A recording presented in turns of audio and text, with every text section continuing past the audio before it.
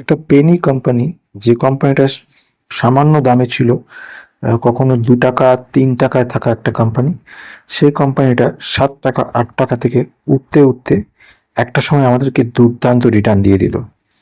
এবং এই সময় যখন আমরা দেখেছিলাম 2013, 14, 20, 21, 22, আস্তে আস্তে সেই কোম্পানিটা আমাদের কিন্তু বিরাট মাপের জাম্প হয়ে গেল। একটা সময় দেখা গেল কোম্পানিটা 2 টাকা থাকা কোম্পানিটা 40 টাকা, তারপরে সেই কোম্পানিটা বেড়ে গিয়ে জাম্প করলো, একেবারে 114 চলে গেল। তারপরে কোম্পানিটা আরো উপরে উঠলো, তারপরে আমরা দেখতে পেলাম এখানে 300-র কাছাকাছি চলে এসছে কোম্পানিটা। তারপরে আরো জাম্প করে করে আজকে এই কোম্পানিটা এখন এই পরিস্থিতিতে দাঁড়িয়ে রয়েছে। 599 কোম্পানিটা কিন্তু চলে গেছে। এটা তার ইন্টারেস্টিং জায়গা তৈরি করেছে আমাদেরকে। এবং এইখানে সবচেয়ে বড় জায়গাটা তৈরি করে একটা পেনি কোম্পানি, যদি সঠিকভাবে সেই কোম্পানিগুলোতে আমরা অ্যানালিসিস করতে পারি, সঠিকভাবে সেই কোম্পানিগুলোকে দেখতে পারি, সেই সব কোম্পানিতে 2 টাকাতে যদি ইনভেস্ট করা যায়, সেখান থেকে কিন্তু 500 টাকা হওয়া সম্ভব। এবং আপনাদের চোখের সামনেই সেটা কিন্তু দেখিয়ে দেওয়া হলো 2 টাকাটা কি আর 500 টাকা হয়ে গেল। তার জন্য সব থেকে বড় কি জিনিস জানা দরকার ছিল? ফান্ডামেন্টাল জানাটা ভীষণ জরুরি ছিল। ফান্ডামেন্টাল সঙ্গে সঙ্গে টেকনিক্যাল চার্টগুলো জানা দরকার ছিল। জানা দরকার ছিল অ্যানালিসিস জানার জন্য কিছু টেকনিক্যাল জায়গাতে কিছু স্ক্রিনার, কিছু জিনিস জানা দরকার ছিল। ফান্ডামেন্টাল কিছু জায়গাতে দরকার ছিল, সেসব জায়গায় পাইথন প্রোগ্রামিং ল্যাঙ্গুয়েজ সেটা জানা দরকার ছিল। সেসব ল্যাঙ্গুয়েজের কাজ কিন্তু বিরাট কিছু নয়।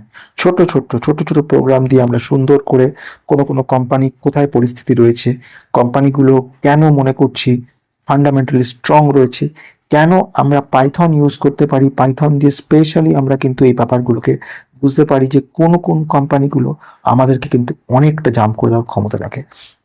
পাইথন বেসিক্যালি কোনো সাপ নয়, অজগর সাপও নয়। এটা একটা ল্যাঙ্গুয়েজ, খুব ইজি ল্যাঙ্গুয়েজ, যে ল্যাঙ্গুয়েজের মারফত আমরা কিন্তু এই স্টক মার্কেটে আমরা বড় মাপের অ্যানালিসিস করতে পারি। আমরা আর্টিফিশিয়ালি ইন্টেলিজেন্স কাজে লাগিয়ে ট্রেডিং যেগুলো করা হয় সবগুলো কিন্তু কম বেশি পাইথন দিয়ে করা হয়। পাইথনের বিভিন্ন উইডগেট পাওয়া যায়। সেই উইডগেটগুলো মানে খুব সিম্পলি যদি বলি, কোনো ক্ষেত্রে কোনো একটা হেল্পার, এই পাইথনের হেল্পার হিসেবে এইগুলো কিন্তু কাজ করে। অর্থাৎ আমি যখন কোম্পানিটা 2 টাকা আছে, তখনই যদি বুঝতে পারি কোম্পানিটা 500 টাকায় যেতে পারে, অন্তত পক্ষে কোম্পানিটা ইমপ্রুভ করবে আরো, তাহলে আমি সেখানে ইনভেস্ট করতে পারি। তাহলে এইখানে আমি কি করে বুঝবো এবং এই মুহূর্তে কোম্পানিটা যে জায়গায় রয়েছে ভবিষ্যতে ভালো করতে পারে কি করে বুঝবো? তার জন্য আমার দরকার পড়বে কিছুটা আমাকে এই শেয়ার বাজার সম্পর্কে মিনিমাম একটা নলেজ। তাহলে সেই মিনিমাম নলেজটা পাওয়ার জন্য আমরা যেতে হবে এইখানে স্ক্রিনারে।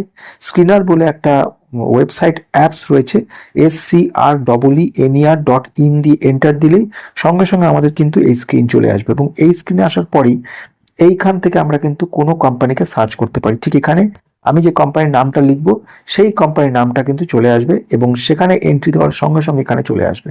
এখানে একটা ছোট করে বলা দরকার, একটা লগ ইনও করে নিতে হয়, আমাদেরকে লগ ইন করতে হয়। লগ ইনটা কমপ্লিট করার পর তবেই কিন্তু এখানে আমরা আসতে পারি। হয়ে গেল। তাহলে আমরা কি জিনিস জানলাম? 1 নম্বর হচ্ছে ভালো কোম্পানিতে যদি সঠিক সময় ইনভেস্ট করা যায় তাহলে কিন্তু ভবিষ্যতে গিয়ে একটা বিরাট রিটার্ন দেবে। এবং সেটাকে আমরা কি করে বুঝবো?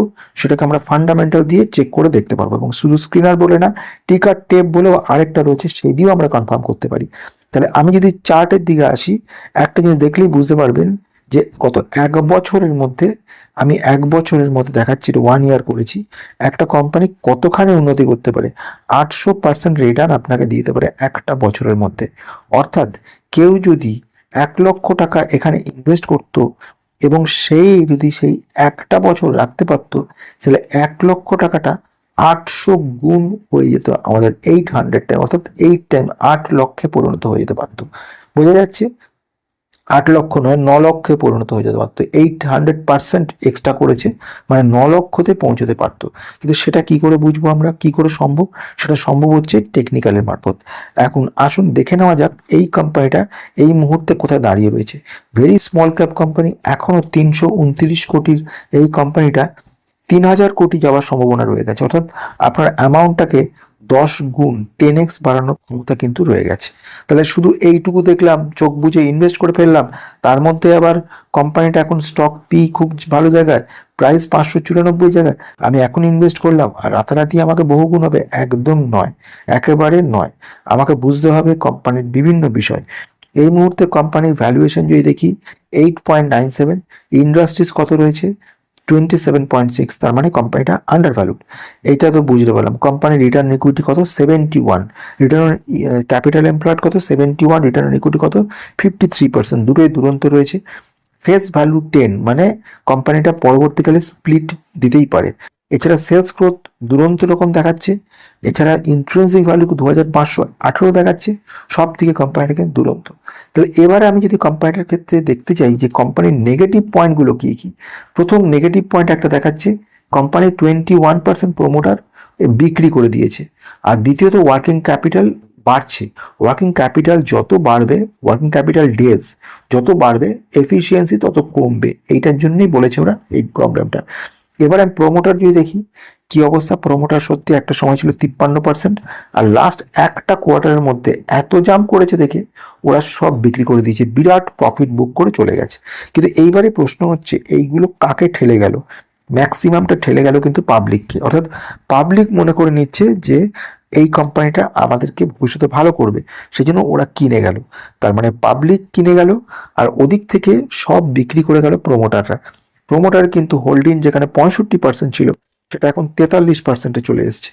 এই হেন পরিস্থিতির মধ্যে দাঁড়িয়ে থেকে পাবলিক কিন্তু আস্তে আস্তে কিনে গেছে প্রচুর পরিমাণ। পাবলিক বলতে শুধু একমাত্র যে সাধারণ মানুষ কিনেছে তা নয়, বড় বড় যারা ইনভেস্টর আছে তারাও কিনে রেখেছে। কোনো কোনো কোম্পানি আছে সেসব কোম্পানি কিছু কিছু কিনে রেখেছে। আর যে ফ্যামিলি ট্রাস্ট বা এই ধরনের যারা রয়েছে, কিংবা এই সুরেন্দ্র ফিসকাল সার্ভিস, এগুলো সমস্ত রয়েছে, এরা সব এই জায়গায় দাঁড়িয়ে রয়েছে। বেশ, তাহলে এইগুলো তো বোঝা গেল। কিন্তু শুধু এইটুকু বুঝলে হবে না, ক্যাশ ফ্লোতেও দেখতে হবে। ক্যাশ ফ্লো কিন্তু রিস্কি সিচুয়েশন তৈরি করছে। প্রফিট অপারেশন দেখো একটা সময় পুরো নেগেটিভ ছিল, অর্থাৎ কোম্পানির প্রফিট তো হতো কিন্তু প্রফিটটা ক্যাশে কখনো কনভার্ট করতো না। অর্থাৎ বলে না ক্যাশের মুখ দেখা, সেই মুখটা কিন্তু দেখতে পারেনি এতদিন ধরে। কেন দেখতে পারেনি? কারণ কোটা প্রফিটটাই কিন্তু বিজনেসে খেটেছে। এখন এত বেশি প্রফিট চলে এসছে এদের যে এই টাকাটা পাওয়ার সঙ্গে সঙ্গে প্রমোটাররা কিন্তু ম্যাক্সিমামটা সেল করে দিয়েছে। বোঝা গেছে? এবার আসছি নেট ক্যাশ ফ্লো। যথাযথ কোয়ার্টারলি রেজাল্ট দেখলে বুঝতে পারবে যে কোম্পানিটা যখন এত জাম্প করেছে সেই কোম্পানি অপারেটিং প্রফিট মার্জিন একটা ভয়ঙ্কর পরিস্থিতির মধ্যে ছিল।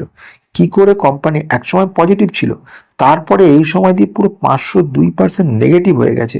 মানে অপারেটিং প্রফিট 6 কোটি টাকা নেগেটিভ। অর্থাৎ আমার সেলস হয়েছে 1 কোটি আর আমি খরচ করেছি 7 কোটি। এটা কেন হলো? মেটেরিয়াল কস্ট বহু গুণ বেড়েছে, 592% মেটেরিয়াল কস্ট বেড়েছে। আমার যেটা মনে হচ্ছে 592% বেড়েছে মানে এই সময় প্রচুর কিনেছে ওরা, এই দাম দিয়ে, বেশি দাম দিয়ে কিনেছে। যেটাই সে কারণ হোক না কেন, এইগুলো আসলে একটা ইম্প্যাক্ট ফেলেছে কোম্পানির ক্ষেত্রে। তো যাই হোক, কোম্পানির ক্ষেত্রে এইরকম কোম্পানিগুলো বোঝা, শুধু নাম বলে গেলাম তা নয়, কোম্পানিগুলোতে ইনভেস্ট করা শুধু ইনভেস্ট করার ব্যাপার নয়, আগে থেকে এই ধরনের কোম্পানিগুলোকে খুঁজে বের করে তাতে ইনভেস্ট করাটা সব থেকে বড় কাজ বলেই মনে করছি। আজকের মতো ভিডিও শেষ হলো। আবার নেক্সটে আমরা দেখতে পারবো এই ধরনের আরও অনেকগুলো কোম্পানির কথা নিয়ে। আজকের মতো শেষ।